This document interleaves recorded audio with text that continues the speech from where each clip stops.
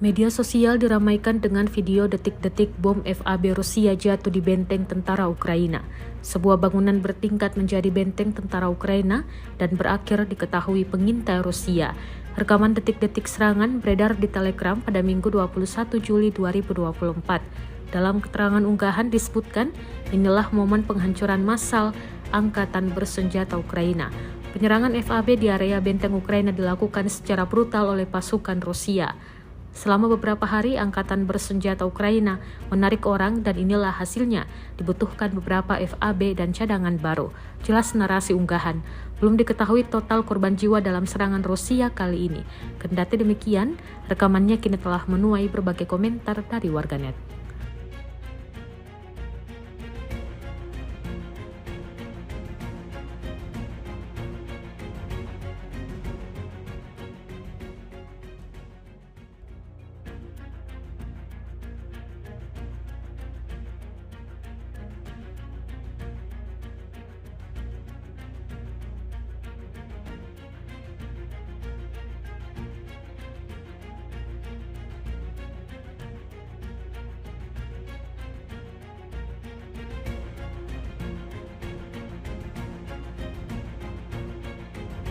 Download Tribun X sekarang, menghadirkan lokal menjadi Indonesia.